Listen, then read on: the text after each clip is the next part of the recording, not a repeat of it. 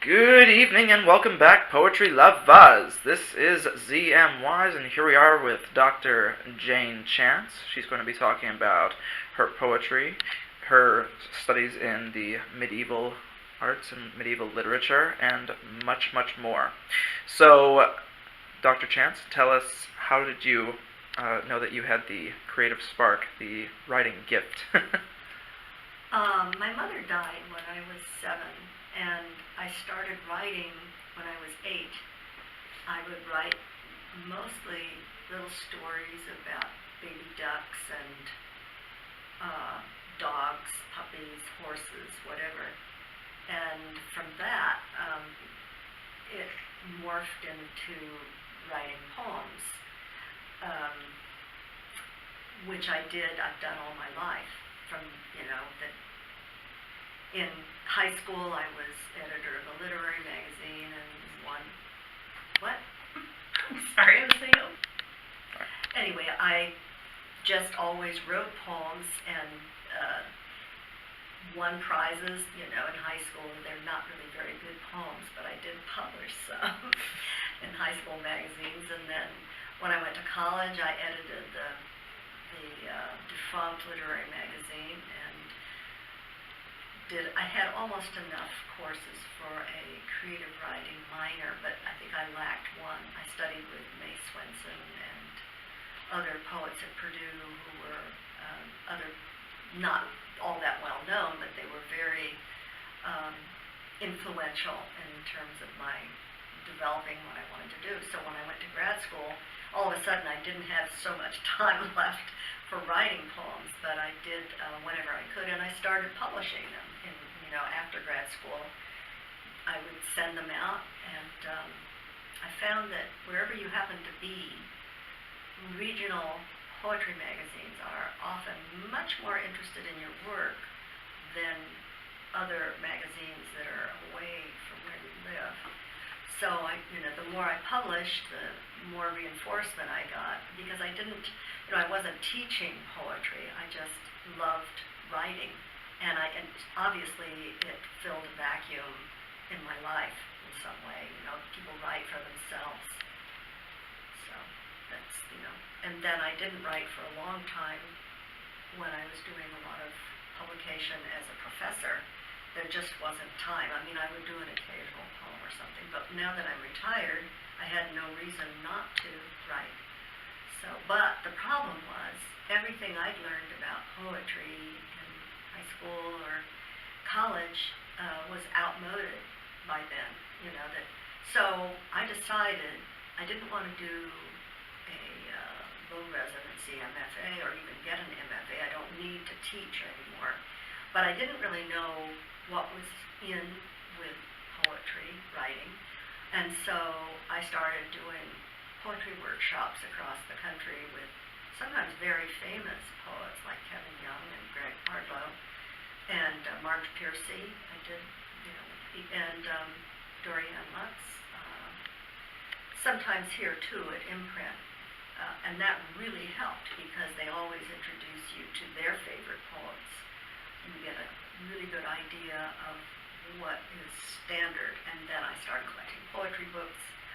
So plus, this area that we live in, Houston area, Clear Lake, Galveston, it's just wonderful. It's so rich in poets. When I lived in Galveston, John Gorman with the Galveston Poetry Roundtable, and in Houston, all the poets at U of H who come and do the grad students who do readings. I met students who ended up going to University of Houston because they've been in imprint poetry workshops too, where it's possible to have a grad student from U of H who's published a book in order to get a PhD teaching your class. That's terrific. I met Gabriel Langley there and Anthony Sutton and a number of other people. So that's my journey. Splendid, splendid. Now, besides poetry, your bibliography consists of some scholarly work. A lot of boring scholarly books. Nonsense, nonsense. And I noticed quite a few books consisting of none other than JRR Tolkien. Yes. And so, what fascinates you most about his mythology, his high universe, his his art and whatnot? What fascinates me is his ability to tell a story well. And I remember I never wanted to read The Lord of the Rings, but I had a colleague in Canada where I was teaching my first job said, "You've got to read The Lord of the Rings." She was a medievalist. So I read it, and I read the whole 3-volume trilogy like in one long weekend. And I was just, oh my God, this is amazing stuff. So, but I think what I most like about Tolkien is what I put into my most recent book on Tolkien's self and other, this queer creature, which is his fondness for people who don't fit in anywhere else.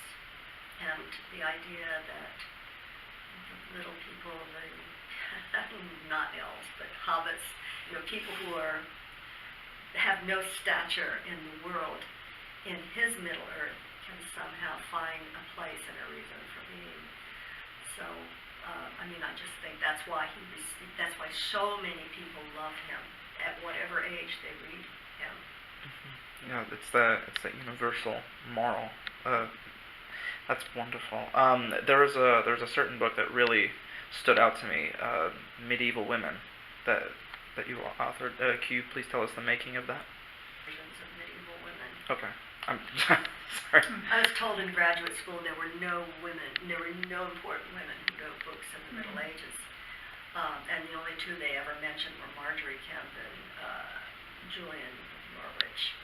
So one of the things I did when we started getting some texts relating to medieval women was I wanted to write this book about how women tried to set gender on its head, or gender difference, by taking various motifs or conventions or whatever they happened to find in religious literature or poetry, history, whatever they were writing, and they would invert those things so that they were telling their own story.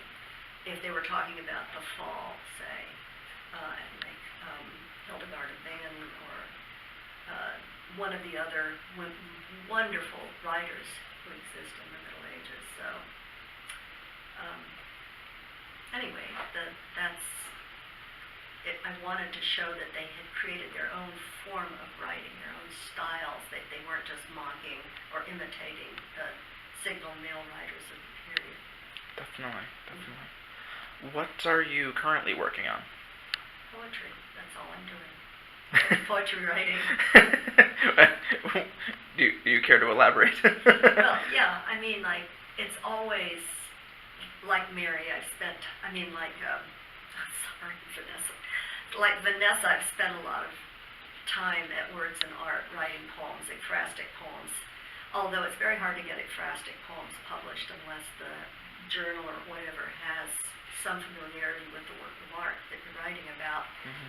But I've been pretty successful writing ekphrastic poems, and why did I say that now? I can't remember why I said that. What was I starting with?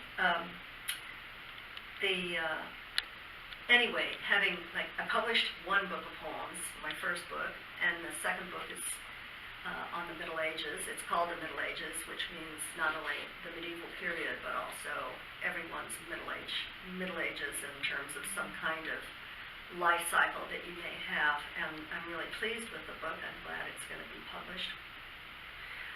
And that means I have yet another book I need to be starting. I am starting another book because I have poems left over, so I've got to put them somewhere. My idea was, because I got audited by the IRS for travel, that I would do a book of poems about Europe and medieval sites in Europe so I can justify expenditures that take me to Spain or wherever. Notice that I have a pilgrim's badge from, where is that place in Spain where the pilgrims always go? Anyway, that's what it is. I went there.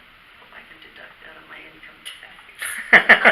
All fingers crossed. All fingers crossed. All 12 of them.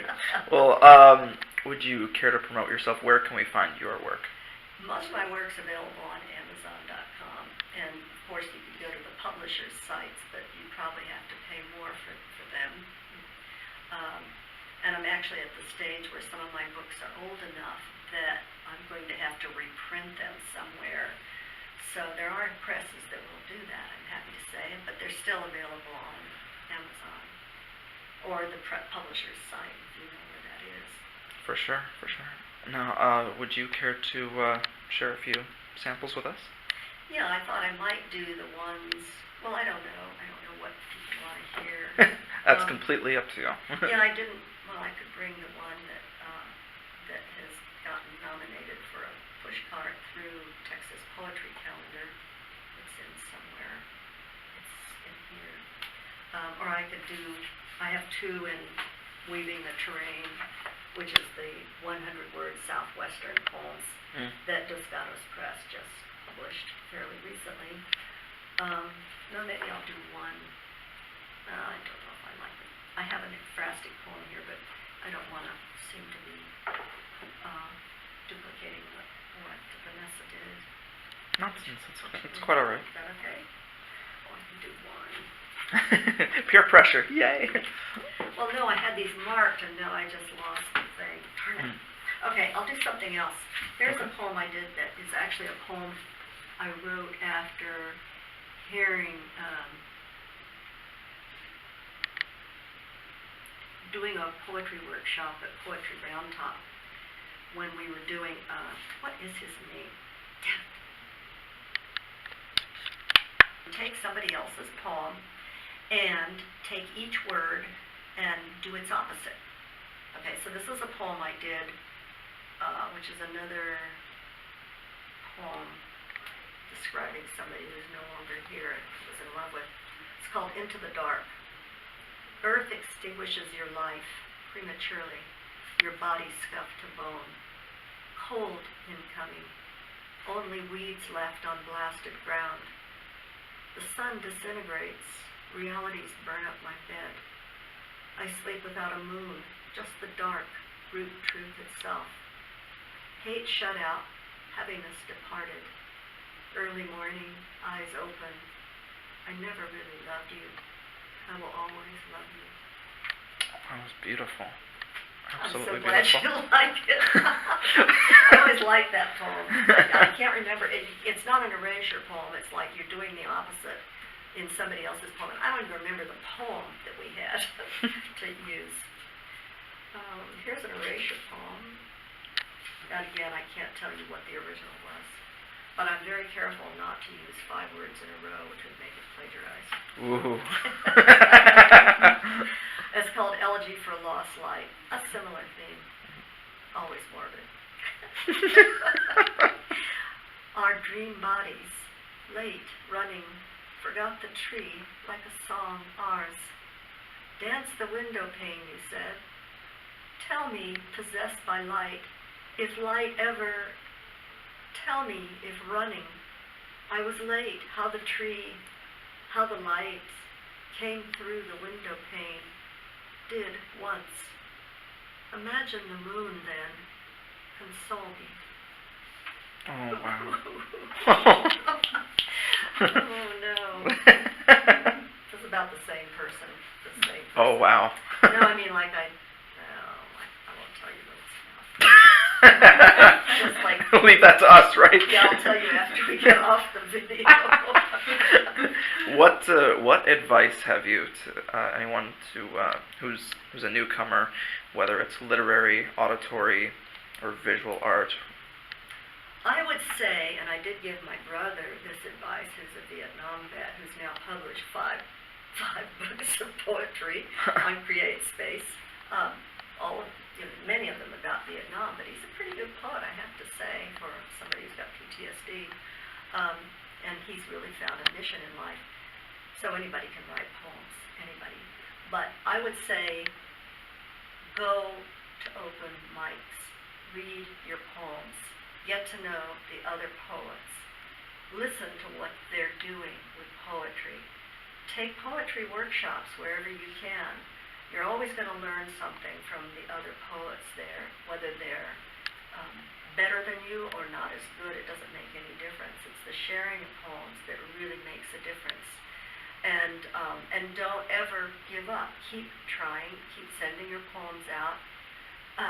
Take advantage of the journals that are published nearby you, because you have a much better chance of getting published in those. Sure, you're not going to get published in Poetry or the New Yorker. Just forget it. They're not going to publish. You might get published, but in my experience, very few people have even had one poem accepted at the New Yorker. I did once get a favorable rejection. That's what you need to look at, all those favorable rejections, and that should give you hope that you're going to publish somewhere else. And do what you do because you love it. Keywords, words of wisdom. Yeah, sometimes those favorable rejections, sometimes the wording is just enough to frame that. I need to aspire for that. Yeah, that's right. Well, Dr. Chance, do you have any final words for the YouTube viewers? Buy more books. Buy books by poets you know, as well as poets you don't know. Go to national meetings. Go to Dodge. Go to Poetry at Round Top if you live in Texas. Do boldface if you're an undergraduate and you want, or even a grad student. That's a boldface at University of Houston. Is usually the week before Memorial Day, and they have lots of people there who will read your manuscript, tell you techniques to use in writing of poetry or short stories, memoir, whatever. It's a great opportunity. Thank you very much. You're welcome. Thank you for asking me. Of course. You've heard it from Dr. Jane Chance. Thank you very much for being with us today. Oh, thank you. Poetry lives.